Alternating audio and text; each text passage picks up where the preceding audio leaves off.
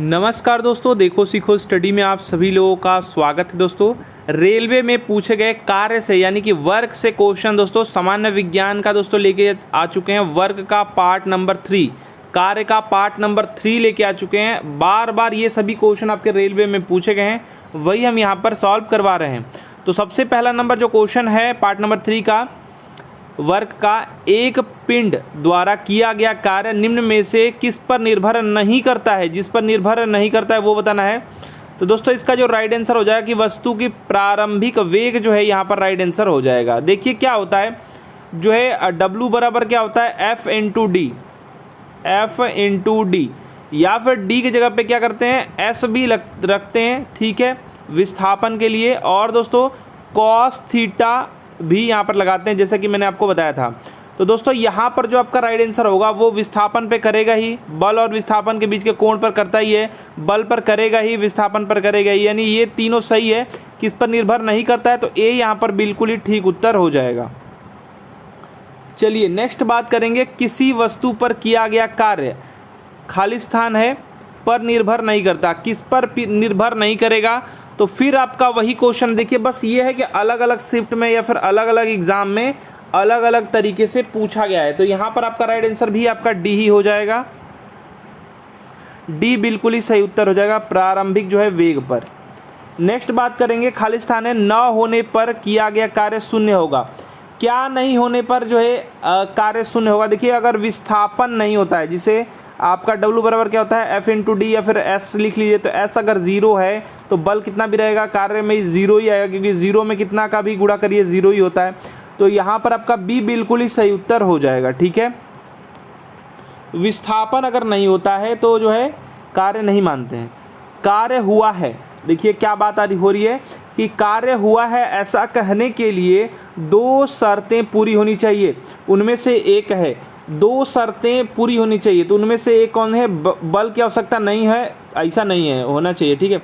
क्या है इनमें से, देखिए कार्य हुआ ऐसा कहने के लिए दोस्तों जो है उसमें एक वस्तु का क्या होना चाहिए, विस्थापन जरूर होना चाहिए। तो यहाँ पर जो है वस्तु विस्थापित होनी चाहिए, उसी बात को घुमा फिरा क्वेश्चन पूछा गया है, यही सही है। ऊर्जा का अवशोषण उत्सर्जन ये सबसे कोई मतलब है नहीं, और या वस्तु की स्थिति में बदलाव नहीं, ये भी गलत है। बी बिल्कुल ही ठीक उत्तर हो जाएगा।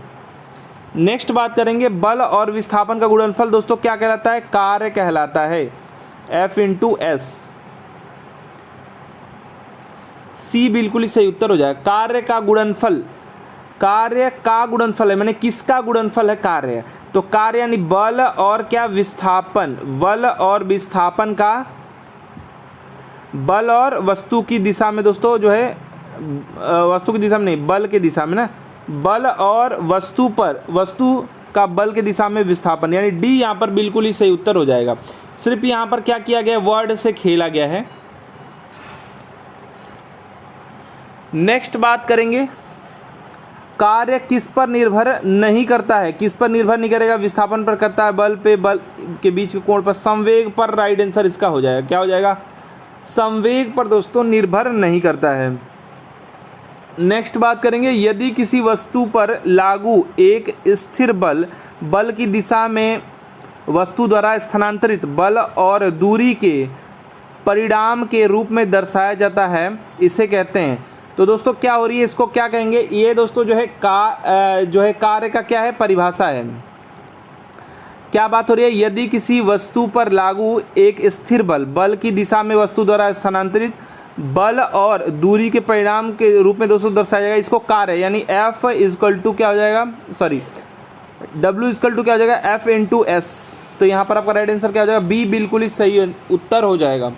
नेक्स्ट बात करेंगे, किसी पिंड पर कार्य तभी किया जाता है जब, किसी पिंड पर कार्य कब किया जाएगा, तो देखिए बताया गया है, यह एक यांत्रिक प्रभाव के माध्यम से ऊर्जा वृद्धि का अनुभव करता है। यहाँ पर दोस्तों जो है क्या बात हो रही है, ये बिल्कुल ही सही है। किसी पिंड पर कार्य तभी किया जाता है जब एक यांत्रिक प्रभाव के माध्यम से ऊर्जा वृद्धि का अनुभव करता है। ए बिल्कुल ही ठीक उत्तर हो जाएगा। बल इस पर का सॉरी, चलिए नेक्स्ट बात करते हैं। नेक्स्ट क्वेश्चन है, लागू किए गए बल और विस्थापन की की दिशा के बीच का कोण 90 हो तो दोस्तों किया गया कार्य होगा, किया गया कार्य दोस्तों क्या होगा, शून्य होगा। अगर यहाँ पर 90 हो जाएगा मतलब कि W बराबर क्या होता है, F इंटू एस, तो S कॉस थीटा होता है। क्या होता है, S कॉस थीटा होता है। थीटा का मान अगर 90 रख देंगे तो यहाँ पर 0 हो जाएगा, फिर आपका 0 ही राइट आंसर आएगा। तो यहाँ पर आपका राइट आंसर क्या हो जाएगा, डी बिल्कुल ही सही उत्तर हो जाएगा। नेक्स्ट बात करते हैं दोस्तों, जब बल और विस्थापन के बीच की, वही यहाँ पर क्वेश्चन है, किया गया कार्य क्या हो जाएगा, शून्य हो जाएगा। डी बिल्कुल ही सही उत्तर हो जाएगा। कई बार अलग अलग शिफ्ट में अलग अलग टाइप का क्वेश्चन पूछा गया है। नेक्स्ट क्वेश्चन है, किसी वस्तु द्वारा कार्य करने की क्षमता या किसी वस्तु में निहित ऊर्जा पर निर्भर करती है। दोस्तों क्या बात हो रही है यहाँ पर हो रही है कि किसी वस्तु द्वारा दोस्तों जो कार्य करने की क्षमता या फिर किसी वस्तु में निहित ऊर्जा कार्य करने वाली वस्तु की स्थिति या फिर अवस्था पर निर्भर करती है, जैसे कि स्थितिज ऊर्जा में होता था। तो यहाँ पर आपका राइट आंसर क्या हो जाएगा, सी बिल्कुल ही सही उत्तर हो जाएगा। सी यहाँ पर बिल्कुल ही सही उत्तर हो जाएगा। नेक्स्ट बात करेंगे, एक मजदूर भूमि से क्या कर रहा है, 10 किग्रा का सामान लेता है और भूमि से 1.1 मीटर ऊपर अपने सिर पर रखता है। उसके द्वारा सामान पर किए गए काम की गणना करें। वर्क इक्वल टू आपको निकालना है दोस्तों, तो यहाँ पर mgh वाला लगाएंगे, स्थितिज ऊर्जा वाला mgh। तो आपका m कितना है, 10 हो जाएगा। और यहाँ पर दोस्तों 10 g का मान दिया हुआ है 10, और दोस्तों यहाँ पर जो है 1.1 मीटर जो है क्या हो जाएगा, आपकी हाइट h हो जाएगा। तो यहाँ पर क्या हो जाएगा, 10 गुणा के आपका 11 यानी 110 जो है राइट आंसर जूल मात्रक होता है। तो यहाँ पर आपका राइट आंसर डी हो जाएगा। डी बिल्कुल ही सही उत्तर हो जाएगा, 110 जूल। नेक्स्ट बात करेंगे, गति करती हुई एक कार विपरीत दिशा में आती है, वह का सामना करती है, वह हवा का दोस्तों यहाँ पर सामना करती है। कार पर हवा द्वारा किया गया कार्य बताना है।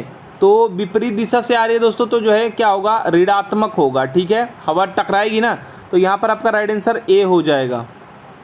ठीक है, उसको आप दर्शा सकते हैं जो है, क्योंकि यहाँ पर W इक्वल टू क्या है, F इंटू डी, या फिर S कुछ भी लिखिए, S भी लिख सकते हैं कॉस थीटा। तो दोस्तों यहाँ पर जो है 180 जो है आपका यहाँ पर कॉस थीटा लगेगा। ठीक है, 180 वाला, और F यहाँ पर माइनस का चलेगा और D यहाँ पर गुणा करके निकाल सकते हैं। तो यहाँ पर माइनस का आएगा, जो भी आएगा ऋणात्मक।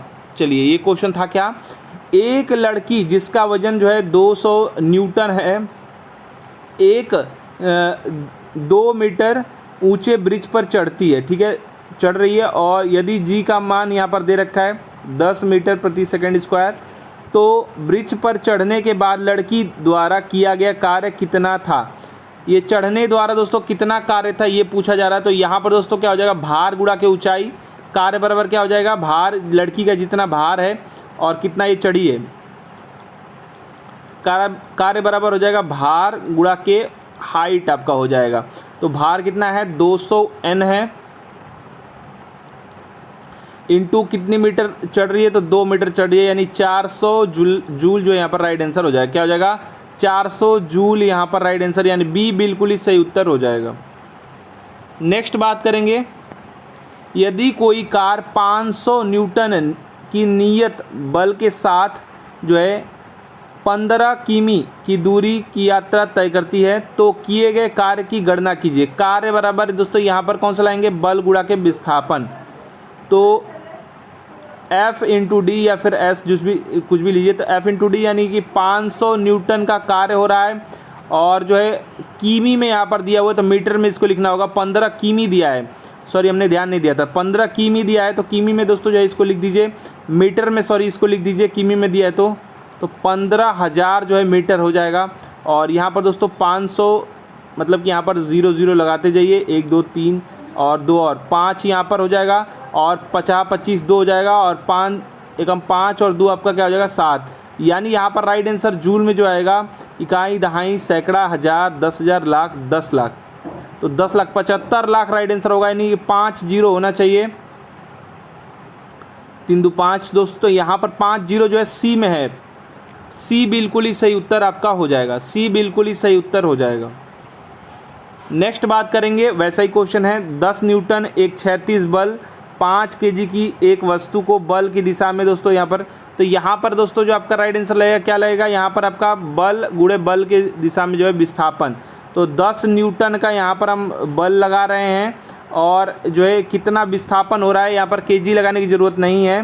तो 2 मीटर की दोस्तों यहाँ पर जो है दूरी विस्थापन हो रहा है, यानी कि यहाँ पर जो है 20 जूल राइट आंसर हो जाएगा। ए बिल्कुल ही सही उत्तर हो जाएगा। ठीक है, नेक्स्ट बात करेंगे, जब बल की दिशा में दोस्तों जो है 10 मीटर की दूरी पर 10 न्यूटन के बल के तहत एक वस्तु स्थानांतरित होती है, यानी कि 10 जो है यहाँ पर न्यूटन का बल है और यहाँ पर दोस्तों यहाँ पर 10 मीटर विस्थापित हो रही है, यानी कि आपका यहाँ पर राइट आंसर 100 जूल आने वाला है। तो यहाँ पर कार्य क्या हो जाएगा, 100 जूल, यानी सी बिल्कुल ही सही उत्तर हो जाएगा। नेक्स्ट बात करेंगे, 50 न्यूटन का एक बल, ठीक है, यहाँ पर 50 न्यूटन का बल है, विस्थापन दोस्तों यहाँ पर 10 मीटर है, कुछ भी सोचना नहीं है, कार्य बताना है, यानी 50 पे 2 ठो 0 लगा देंगे, मतलब अरे 5 पे दोस्तों तो यहाँ पर 500 जूल, यानी ए यहाँ पर बिल्कुल ही ठीक उत्तर हो जाएगा। कुछ नहीं करना है, बस वही क्वेश्चन पढ़ते रहिए, जो तरीका मैंने आपको बताया उससे करते रहिए। आगे देखिए, यदि किसी वस्तु पर बल लगाने पर, ठीक है, किसी वस्तु पर जो है बल लगाने पर यदि वह गतिशील नहीं होती है तो इसे कहा जाता है, इसको क्या कहेंगे, अगर वो गतिशील नहीं होती है तो कोई भी कार्य नहीं हो रहा है, विस्थापन नहीं होगा तो कोई कार्य नहीं हो रहा है। मैंने आपको बताया था डी बिल्कुल ही सही उत्तर हो जाएगा। नेक्स्ट बात करेंगे, यदि वस्तु का विस्थापन 0 हो तो बल द्वारा वस्तु पर किया गया कार्य 0 होगा, वही बात है यहाँ पर, डी बिल्कुल ही सही उत्तर हो जाएगा, 0 होगा। तो देखिए दोस्तों, ये आपके लगभग में 21-22 के करीब में क्वेश्चन थे जो आपके रेलवे में पूछे गए हैं बार बार। आशा करते हैं दोस्तों कि आपको ये जो है कार्य का पार्ट नंबर 3 पसंद आया होगा। ये सभी क्वेश्चन रेलवे में पूछे गए हैं। वीडियो को अधिक से अधिक लाइक शेयर कीजिए और ऐसे ही जो है वीडियोस देखने के लिए इस चैनल को सब्सक्राइब करके बेल आइकन को ऑन कर दीजिए। हमारा वीडियो देखने के लिए आप सभी लोगों का बहुत बहुत धन्यवाद। Please like and share.